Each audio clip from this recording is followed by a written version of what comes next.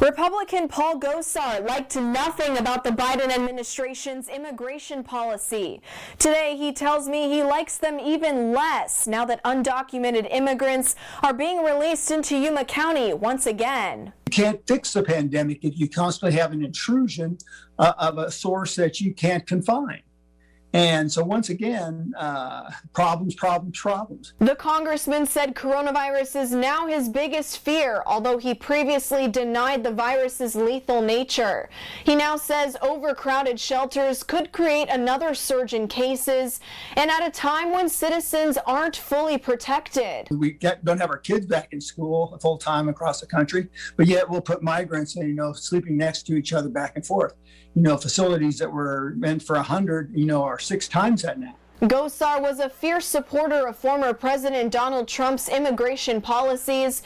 He applauded both the building of the border wall and the Remain in Mexico protocols. So he said the release of migrants into Yuma County is troubling to him.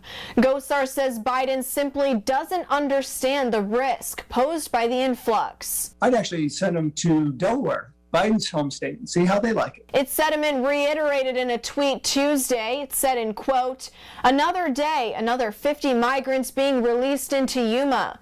Gosar doesn't think Yuma County is equipped to host them." Sheriff Wilmot and Mayor Nichols, they don't have the resources. Neither does the state of Arizona. CBS 13 recently learned Catholic Community Services is transporting many asylum seekers from Yuma to shelters in Tucson or Phoenix. We have not been able to confirm the congressman's claims on the number of immigrants arriving daily, nor can we confirm the information he provided about occupancy levels in local shelters. One thing is clear: Gosar opposes Biden's policies. We've seen this unconstitutional, chaotic crisis created by this administration who's been blinded and inept.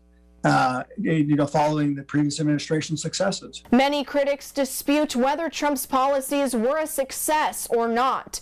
Advocates for asylum seekers describe the administration's child separation protocols as a huge failure. Hundreds have yet to be reunited with their families. It bears noting Representative Gosar was among those who questioned the outcome of the November 3rd election. He was and remains a strong ally of the former president. It's likely he'll continue to oppose many of Joe Biden's policies. Reporting in Yuma, April Hettinger, 13 on your side.